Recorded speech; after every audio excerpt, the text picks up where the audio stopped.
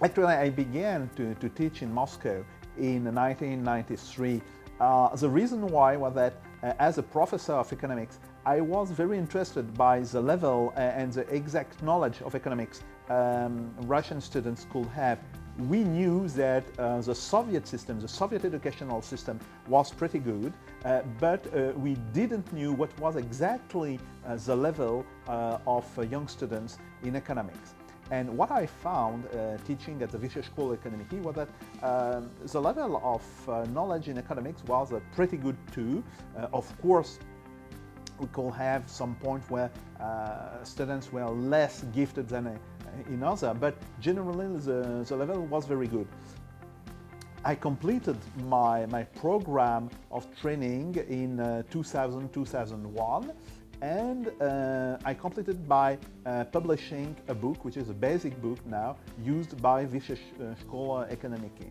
After that, because I have developed friendship with some Russian professors, like of course Professor Viktor Ivanter, but also other professors like Alexander Nekipelov. When Alexander created the Moskovskaya Shkola Ekonomiki pri MGU, I decided to join him, and I came by 2003, and since then I have been teaching in Moscow nearly every year. Okay, so for how long have you been studying Russian automobile building industry, and why do you find this topic so interesting? Well, actually, I began to be interested in the car making, the automotive industry, the Soviet automotive industry, when I was finishing my second PhD, because I wrote actually two PhD. The first one devoted to Soviet industrialization in the 20s and the 30s, and the second one on investment cycles after the war, after 1950. And by then, I was deeply interested by the development of the automotive industry. So I first looked about a lot of documents during my PhD, and after that I began to have a very, very serious look on this special industry by 86, 87. Actually, I specialized more on finance and the development of the banking system in the early 90s, but because a chance meeting with people working for the Renault concern in France, I went back to the Russian car making industry by 1996, 1997 as an informal and then a formal advisor of the Renault group.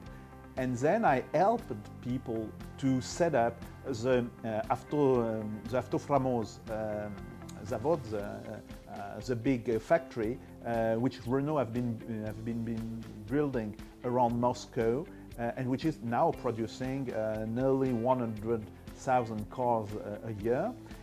And I continued this work till 2004-2005, and since then I've been in informal contacts with people belonging either to the automotive industry in Russia or to Renault in France. By what time, by when do you think the Russian industry will be able to compete seriously with the Western concerns companies? The Russian industry is already competitive for some products, mostly military products, but not only them, but it's also not competitive for others. The reason why is that, first, Russian industry is still lagging behind West European or Japanese or Korean industry in some technological fields, but also in some organizational fields. And the other main problem of Russian industry is a lack of investment. And I think that if Russian industry could be given the same level of access to investment that the European industry have, the Japanese industry have, or the Korean industry have, the Russian industry has all the capacity, all the capabilities and capacities and capabilities are not to be confused, to reach the level of technology which will make it competitive with other industries. How do French bigger corporations treat the Russian investment climate all in all, and whether they're willing to invest in our industry? Well, actually, the question of investment climate is a fairly discussed one. Some very big French groups like Total, like Renault, have absolutely no problem with the Russian investment climate. Actually, it is perfectly known that Renault wants to develop its activities in Russia.